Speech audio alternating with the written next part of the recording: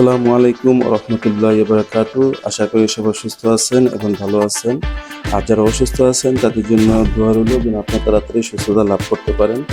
আজকে আমরা সোনিয়াকা বর্ণমালা স্কুলের সামনে পিজা প্লেসে আসছি তাদের মিট বক্স ট্রাই করার জন্য। তারা অনলি মাত্র 150 টাকায় মিট বক্স দিচ্ছে।